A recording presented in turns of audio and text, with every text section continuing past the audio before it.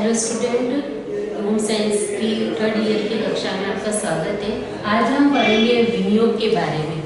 जिस तरीके से बचत होती है, बचत को आप जानते हैं कि बचत क्या होती है कि जो भी हमारी जो धनराशि होती है या जो आय होती है उसका कुछ भाग हम भविष्य के लिए सेव करके रखते हैं, यानी कि बचा कर रखते हैं, ताकि वो भविष्य में अचानक आकस्मिक कोई आवश्यकता पड़ने पर उसको काम में लिया जा सके। तो उसी तरीके से विनियोग भी होता है। विनियोग यानी कि अपनी आय का कुछ भाग इस तरीके से लगाना, यानी कि उत्पादक वस्तु को क्रय में लाभ हेतु लगाया गया जो धन होता है वही क्या कहलाता है? विनियोग कहलाता है। यानी कि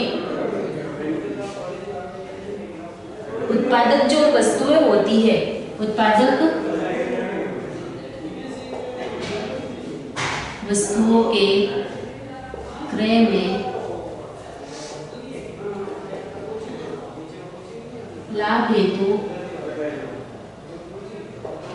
लगाया गया धन क्या कहलाता है?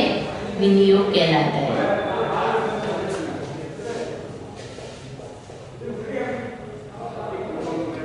यानी कि इसमें क्या होता है? विनियोग जो होता है, विनियोग में क्या मिलता है हमें? जो हमारी आय होती है वह भी क्या रहती है? सेव रहती है, यानी कि जो हमने बचत की है वह भी सेव रहती है और उसके साथ हमको ब्याज भी मिलता है। तो बचत प्लस ब्याज, ये मिलके क्या कहलाता है? विनियोग कहलाता है। यानी कि जो भी हमने बचत रखी है वह ब्याज उस पे लगकर ब्याज रूप में वह धनराशि बढ़कर वापस हमारे पास आती है। यानी कि जो हमने आय लगाई है वह भी, यानी कि जो हमने क्रय किया है, जो हमने चीज को खरीदी है, उस रूप में हमारी धनराशि भी सेफ रहती है और उसके साथ साथ हमको कुछ फायदा भी होता है। तो वह कहलाता है विनियोग। जैसे कि एग्जाम्पल के तौर पर, जैसे कि हमने कोई जमीन खरीदी है तो उस जमीन खरीदने में जैसे कि 50,000 हमने रुपए उस जमीन खरीदने पर लगाए, ठीक है। जमीन खरीदने के लिए 50,000 लगाए। अब उसी जमीन पर क्या हो रही है? हमें 10,000 की अनाज उपज हो रही है, ठीक है ना।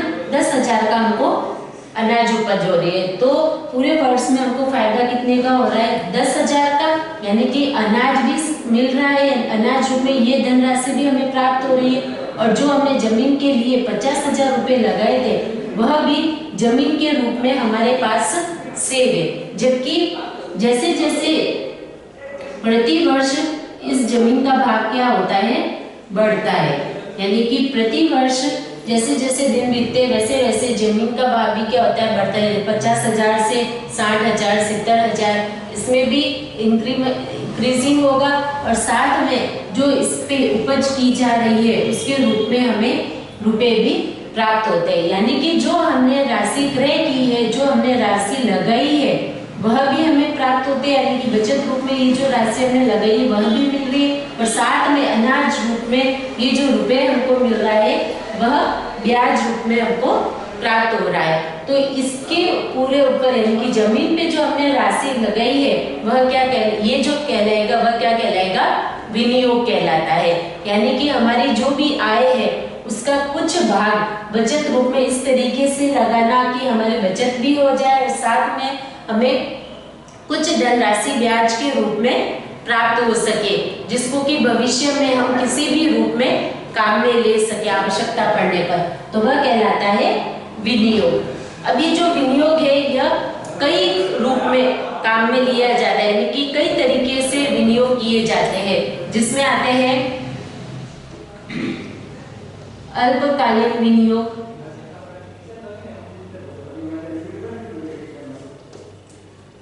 दीर्घकालीन विनियोग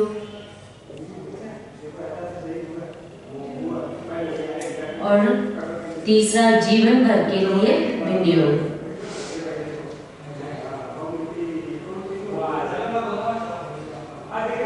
यानी कि विनियोग ये 3 तरीके से किए जाते हैं। अल्पकालीन यानी कि अल्प समय, यानी कि कुछ समय के लिए जो विनियोग किए जाता है, यानी कि कुछ समय के लिए ये जो बचत राशि जमा की जाती है वह कहलाता है अल्पकालीन विनियोग। दीर्घकालीन विनियोग जो कि लंबे समय के लिए यानी कि अत्यधिक समय के लिए किया जाता है, वह कहलाता है दीर्घकालीन विनियोग। और जीवन भर के लिए विनियोग यानी कि जो हमने बचत की है वह हमारी जीवन भर के लिए काम में आ जाए। जैसे कि हम रिटायर हो जाते हैं, अचानक कोई बीमारी आ जाती है, तो उस समय या भविष्य में लंबे समय के लिए भविष्य में कभी भी कोई जीवन में ऐसी आपदा आ जाए, उसके लिए जो बचत की जाती है वह जीवन भर के लिए विनियोग कहलाता है। यानी कि वह बचत हम जीवन में कभी भी किसी भी समय में काम में ले सकते हैं। तो इस तरीके से ये 3 विनियोग होते हैं जो हमारे काम आते हैं। यानी कि विनियोग इन 3 रूपों में किया जाता है, थोड़े समय के लिए, लंबे समय के लिए यानी कि अधिक समय के लिए, और एक आता है जो जीवन भर के लिए किया जाता है। यानी कि बचत जो है वह हम इन 3 रूपों में कर सकते हैं, अपने पैसे लगा सकते हैं। अब आता है ये जो विनियोग है उसका लाभ क्या है, यानी कि उसकी महत्ता क्या है, उसकी क्यों आवश्यकता है, हमें विनियोग क्यों करना चाहिए। तो उसमें सबसे पहले आता है लाभ कह सकते हैं या फिर इसका महत्व या आवश्यकता,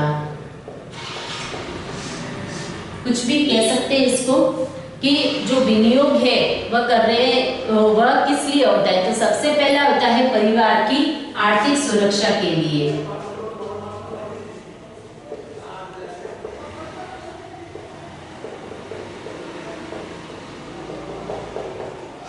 परिवार की आर्थिक सुरक्षा के लिए विनियोग किया जाता है। यानी कि जो हम बचत कर रहे हैं वह परिवार की आर्थिक सुरक्षा के लिए, यानी कि परिवार की जो जीवन की जो सुरक्षा होती है उसके लिए किया जाता है। यानी कि कभी भी कोई भी ऐसी जरूरत पड़ जाए या अचानक कोई ऐसी विपदा आ जाए या बच्चों की शिक्षा के लिए है, तो किसी भी रूप में इस पूंजी को उपयोग में लाया जा सकता है। तो वह कभी भी जरूरत पड़ सकती है, तो इसके लिए परिवार की आर्थिक सुरक्षा को सुरक्षित रखने के लिए, यानी कि जीवन की जो भी जरूरतें हैं उनको पूरा करने के लिए विनियोग करना जरूरी है।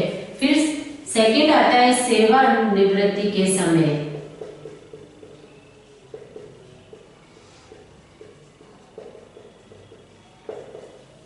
सेवानिवृत्ति के समय यानी कि जब हम रिटायर हो जाते हैं, यानी कि जो कमाने वाला है वह रिटायर हो जाता है, जब उसकी आमदनी एकदम कम हो जाती है, तो उस समय ये जो विनियोग की गई जो धनराशि होती है वह उस समय काम आती है परिवार की आर्थिक सुरक्षा के लिए या परिवार को चलाने के लिए। थर्ड आती है वृद्धावस्था के लिए या वृद्धावस्था के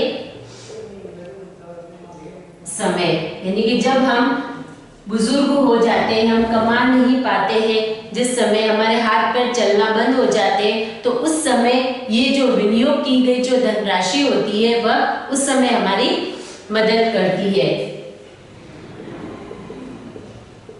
शारीरिक असमर्थता,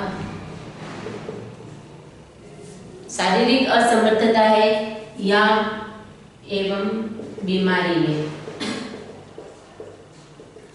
यानी कि शारीरिक असमर्थता यानी कि हमारा शरीर कार्य करना बंद कर देता है या शारीरिक रूप से हम कार्य नहीं करने में असमर्थ होते हैं या हम बीमार हो जाते हैं, तो उस परिस्थिति में ये जो विनियोग की गई जो धनराशि है वह हमारे काम आती है।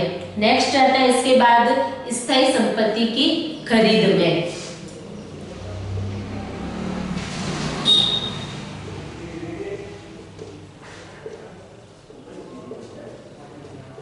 यानी कि स्थायी संपत्ति की खरीद के लिए, यानी कि जो हमने जैसे कि मकान बनाने के लिए है, जमीन खरीदने के लिए, उसके लिए जो संपत्ति काम में ली जाती है, उसके लिए जो विनियोग है उसकी धनराशि को काम में लिया जाता है। यानी कि विनियोग की जो धनराशि हमने बचत रूप में जमा करके रखी है वह धनराशि को जमीन खरीदने के लिए है, जमीन खरीदने के लिए, मकान बनाने के लिए, उनमें इस चीज को काम, इस धनराशि को काम में लिया जा सकता है, ताकि वह हमारी, मैंने उदाहरण के रूप में जो आपको ये जमीन खरीदने की बात बताई, उसमें भी यही कहा है कि जमीन के रूप में जो हमारी बचत राशि होती है वह भी सेव रहती है, और साथ में अनाज के रुपए के रूप में हमें ब्याज भी मिल सकता है। फिर नेक्स्ट आता है उज्जवल भविष्य के लिए।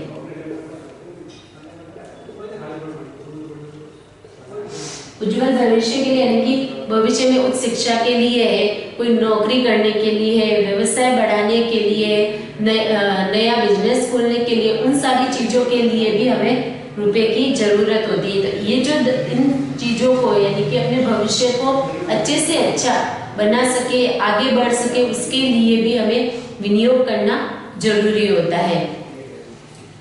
नेक्स्ट आता है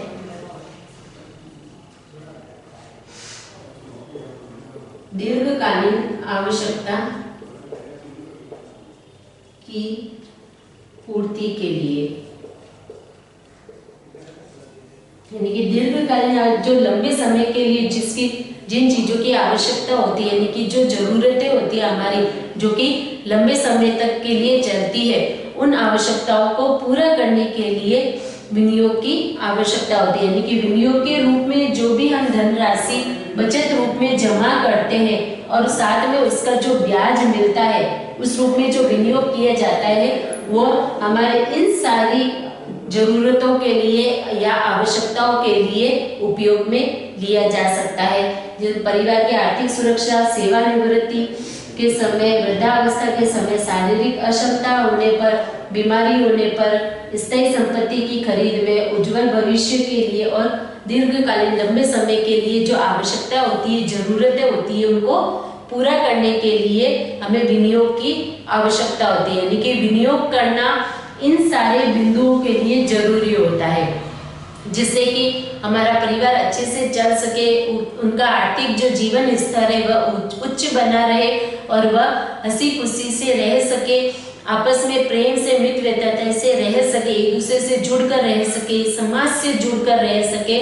इन सारी चीजों के लिए यानी कि यह सब अच्छे से हो सके, यानी कि परिवार अच्छे से चल सके, उनकी जो भी आवश्यक जरूरतें हैं उनको पूरा करके हम उनमें एकजुट होने रहने की शिक्षा दे सकते हैं। और इन सब के लिए जरूरी है कि हम उनके लिए बचत करें और बचत के रूप में विनियोग करना जरूरी है। यानी कि विनियोग के द्वारा ही हम इन सारे बिंदुओं का या इन सारी चीजों का ध्यान रख सकते हैं, जिससे कि परिवार अच्छे से चलेगा, उनकी सारी जरूरतें पूरी होगी, उनमें तनाव नहीं रहेगा, वह खुश रहेंगे और आगे से आगे उज्जवल भविष्य की ओर वह बढ़ सकते हैं। तो यह था आज विनियोग के बारे में कि विनियोग क्या है, उसका किस तरीके के विनियोग किए जा सकते हैं और उनकी क्या आवश्यकता या उनका हमारे जीवन में क्या महत्व है, उसके बारे में बताया है। अगला टॉपिक हम नेक्स्ट क्लास में करवाएंगे। आज के लिए इतना ही, धन्यवाद।